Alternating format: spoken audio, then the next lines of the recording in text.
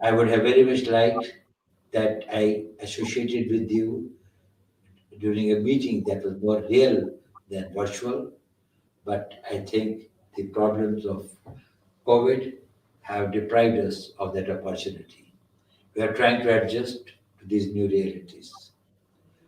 My profound thanks are to Shri Balakrishnan and Kumari Nivedita ji for inviting me for this webinar and giving me this opportunity to be here with you. It's a very special occasion. It's a very special occasion because this is part of a year-long celebrations being carried out by the Vivekananda Kendra to celebrate the completion of Vivekananda Rock Memorial and also and also highlighting the important milestone in the activities of the Vivekananda Kendra. Friends, today's subject is of very special importance to me. Actually, I had the occasion of being associated with the Northeast. In early years of my career, in the early 70s, almost about half a century back, I had the occasion of serving in that region for 7 years. It was a great opportunity for me. I became a witness to see many developments there, the insurgencies, the peace talks with the Mizo Accord, merger of Sikkim, and so many other events which gave me a certain insight and a certain understanding of the region. It was very, very eventful 7 years of my life. The fact and after I had completed my career, sometimes in 2006, late 2006 or early 2007, I got associated with Vivekananda Kendra. And nearly for 7 years, I remained associated with Vivekananda Kendra. And from 2009, when Vivekananda International Foundation was formally launched, I was grateful that Vivekananda Kendra decided to give me an opportunity to work in that organization. And I worked with that organization from 2009 to 2014. It could just be a coincidence or it could be a providence that both the Northeast and the Vivekananda Kendra synchronized with my lifespan, one at the beginning, another at the end. It also is a good coincidence that Vivekananda Kendra moved into the Northeast almost at the same time. I reached it earlier. They had been serving there from 1974 and doing a great service to the people of that region. But I had the occasion of being there almost at the same time. So our journey had been co-travelers. My days with the Vivekananda Kendra and the Vivekananda International Foundation were very memorable and eventful years of my career. I learned a lot. I learned a lot from close association with stalwarts of the Vivekananda Kendra, like late माननीय श्री परमेश्वरन जी, आदरणीय बालकृष्ण जी, आदरणीय गुरुमूर्ति जी, कुमारी निवेदिता जी, and many others with whom I had the occasion to interact and work with. It was a very unique experience for me to see the sense of dedication, selfless sacrifice, organizing capability, and the leadership qualities to motivate the people and bring them together on a common platform and give them a cause for life. They are able to imbue the spirit that Swami Vivekananda wanted every Indian to be charged with. The number of people, not the number of people that they have been able to motivate, and not only in the national mainstream, but also in far-flung and difficult areas. So for this commendable job, I think they need to be complimented. But personally, I feel that for me it had been a very happy experience to see such outstanding people doing such outstanding work.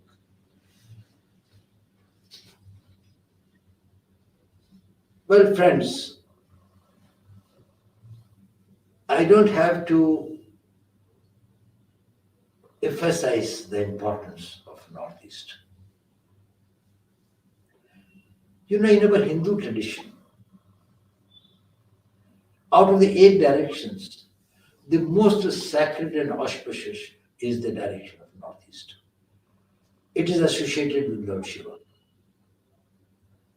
It is something which symbolizes goodness, prosperity, virtues, spirituality in life. A nation is also like a house. Just like in Vastu, the northeast part of a house is very important. Similarly, in the nations, the same. The northeast direction is always important. That is what I strongly believe. So our northeast has got to be seen by us as something which is the Ishan cone of our Vastu, of our national Vastu.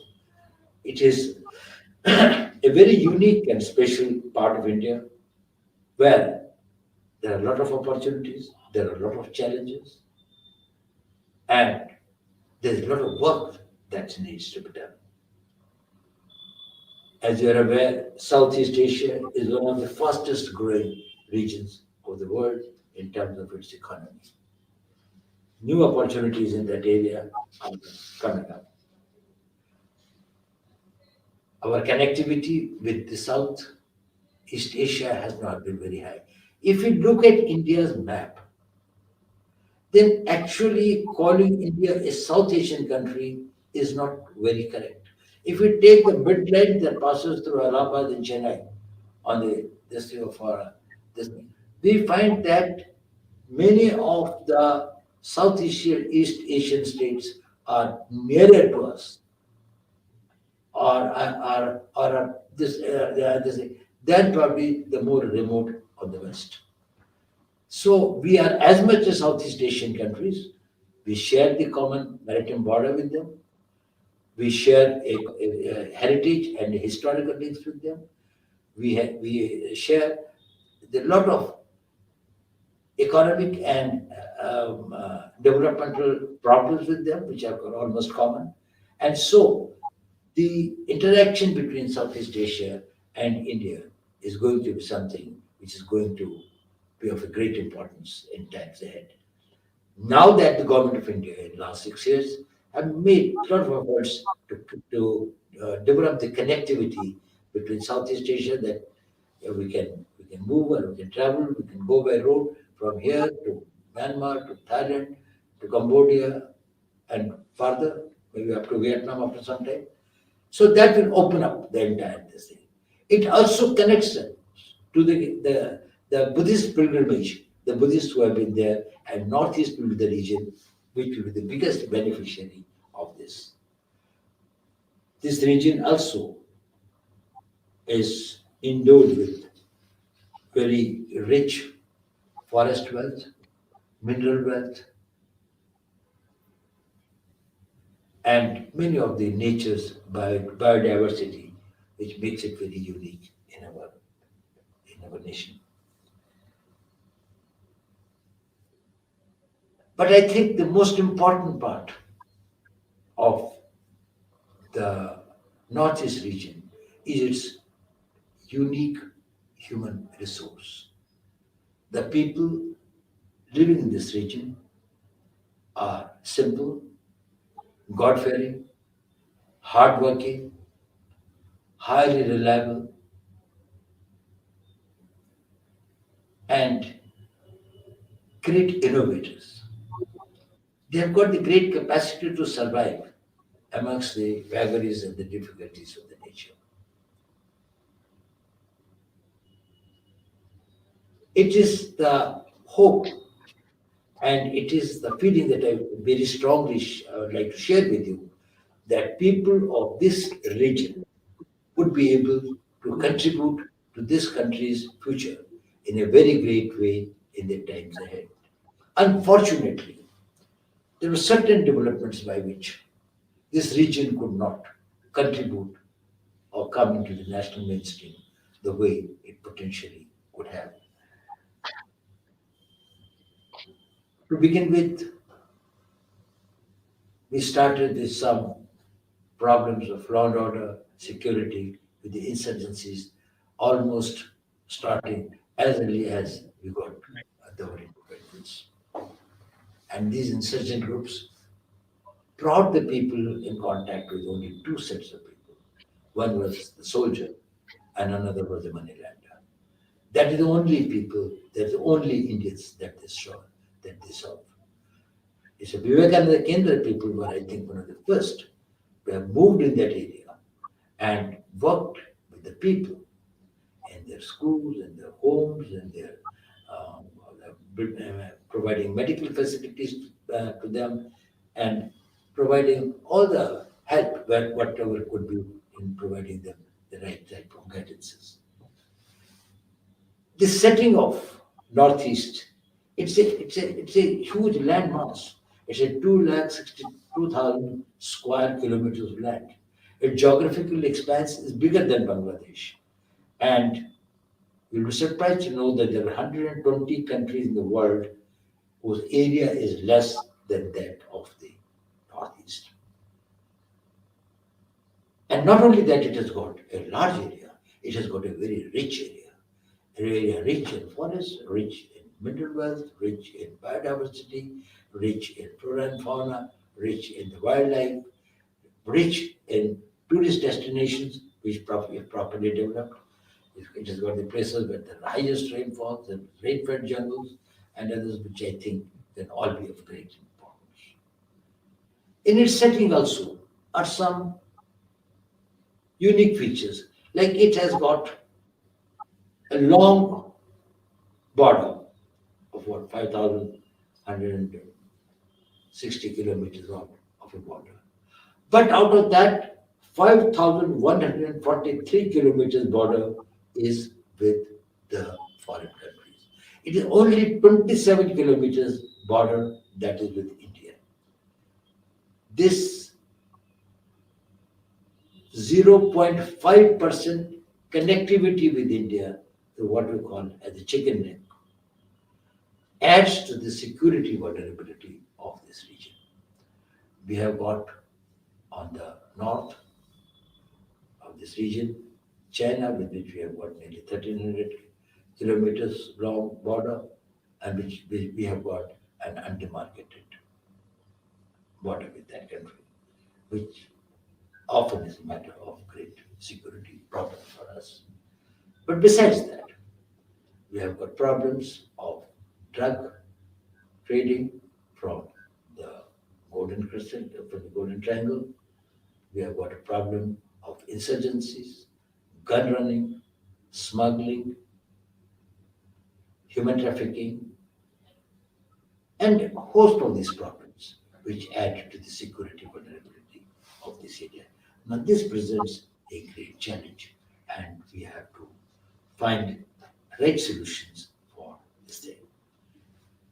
The another problem of the area has been that its terrain has been mountainous and rugged, with very limited means of transport and communication, with 84% of its population living in far-flung hamlets and villages, which are not connected by road, electricity, means of communication,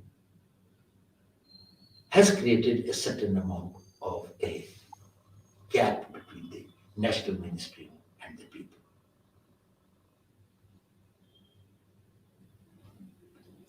Due to lack of this connectivity, this lack of communications, lack of transport, the rate of developmental growth in this region would also not be as fast. The human resource development also got slowed down. And it was all compounded by the fact because of the bad security situation. Fortunately, in last few years, commendable progress has been made in dealing with these problems.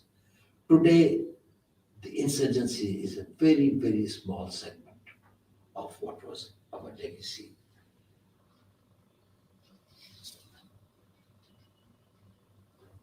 The figures, if I may say, we had the number of violent incidents during last 6 years have become less than 20% than what they existed in 2014. It's a matter of satisfaction that in this period there has been 89% reduction in civilian deaths and injured. So almost, and in most of the states now, the security situation has considerably improved. With a large number of insurgent groups, either the peace talks have been held and closed successfully, or they are in advanced stage of negotiations. So we are sure that this area will become once again a very peaceful area that will fast that will give a new impetus and speed to the progress and development of this area. It was also a matter of great satisfaction that the NRC was carried out in Assam successfully without any major incident. It was a commendable effort that despite some propaganda that was carried out to create disaffection amongst the people were able to understand it, and the people, they say, of cutting across the communities, cutting across the same. That is, there was understanding about the governments, both about its intentions and its capabilities to see that no innocent person would be harassed. Unfortunately, the people in rest of India has got the perceptions about Northeast in terms of its security problems, or the connectivity, or the natural resources, or from a developmental perspective of late. But what is one element that probably they are not very well informed is about the people, and that I discussed just now. That is, the most important asset of all this area is its people. They have got people of great values, the people with great promise.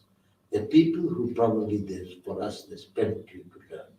The status of women in the society, the collective living, the discipline of the communes and the villages that they live, the respect that they give to their elders in form of the Gauburas and the village headmen and the tribal chiefs and others. So it's a very homogeneous society. It is a society, despite the tribal differences and others, but within the tribe there are very, very strong fraternal feelings, and they are very warm, fun-loving people. Now, despite all that, there had been certain influences on the minds of these simple people by which they could not join the national mainstream, in which they have stayed behind what the what should have happened otherwise to them. I'm very happy that Vivekananda Kendra has been focusing on this aspect of the Northeast, the aspect concerning the development of human resources, the development of human beings in this area. They have done a great work in that in last 46 years. They have in the field of education, they are running 69 educational institutions from primary to the college education, including some BEd and nursing colleges, etc. They have also been working in the field of hospitals. They are having 230 Anandalayas for the tea garden children. They have been carrying out the rural development work and agricultural activities in these rural areas. In the health sectors, two hospitals, mobile medical vans, nutritious food. periodical medical camps had been carried out, and they had been in a very assiduous and a quiet manner and in a very sustained way carrying the message of the life and thoughts of Swami Vivekananda to the people through youth camps, yoga activities, etc. It has done a tremendous good to the people and their thinking about their exposure to the Vivekananda Kendra's Karyakartas who had been going and serving the people. Well, friends, this is a very, very important area of the country. If you are thinking of a very strong, powerful, prosperous, forward-looking modern India that will be able to provide the leadership to the community of nations, we must focus on these areas of our country where probably we have still not been able to join the mainstream in the way that they have. And we have to encourage the people who are voluntarily working in a very sustained and in a very planned and an organized way in these areas. We have in every society in all times, we have got people who do the things that we all wish to do or aspire to do, but are not able to do. Being chartered by people like this. There are many who can wish. There are many one who would like to do, but there are only few who venture out and do that. And I must say that the Vivekananda Kendra is one institution which had been carrying out with missionary zeal. And that's what I say that while I also went to the Middle East, to the Northeast in the early 70s, and a few years later, probably the Vivekananda Kendra people also joined. But there's a big difference. I was almost a mercenary, being a paid employee under this. Probably we also had the feelings of nationalism and patriotism, but of course, one of the things that you were a government servant, you were working there. But the people who came from Vivekananda Kendra were total missionaries. I was very happy that at the end of my career, I found that is, I converted to their fold, and I'm happy that they did not convert to mine. It's very good that is they're carrying out. Now, I do hope and I do wish that they will continue their activities in this region and particularly focus on the Northeast region. Since in the another 5 years, 5 to 10 years are going to be extremely important for this region. This is going to get connected. It is going to get connectivity with the international with the Southeast Asia. It is going to have the roads and the network of roads that are coming up. A lot of developmental activities have been initiated under the Ministry of Dornier. There are so many other initiatives that have been taken, and the insurgency is almost to an end now. The law and order is in a state of much better this thing. So we are, and this is an area which is free from crime otherwise. This is free, people do not indulge in the normal crimes that people are used to. People have high values and others. And people are extremely hardworking, forward-looking, wherever in the rest of the country. They have gone and worked, they have done and made great careers for themselves. There have been people in the all India services, there have been people in the sports, for example. They have been doing very well over the football team and our Arcos and others from Manipur and others. They have been doing a splendid job. And not many people know that their contribution in India's independence movement and in this thing. It is the people of Assam who, Batuka and another, who really fought against the Mughals and were able to stop the march of the Mughals to the east. And they were the great warriors who had done this thing. People are very brave. Some of them who have joined the Indian Army in the forces, we find that they are one of our best soldiers. They are very intelligent, easily trainable, and bravery, discipline, values come to them very automatically. So I'm very happy that Vivekananda Kendra is working in this area, and I do hope that all of us who are attending this webinar and people those who are even beyond that will help them do the hand holding and do whatever they can give them encouragement. They need a lot of our um, recognition, recommendation, and also the handholding wherever we can do for the laudable work that they have done. Thank you very much to the organizers, and thank you very much to the audience for listening to me. Thank you very much.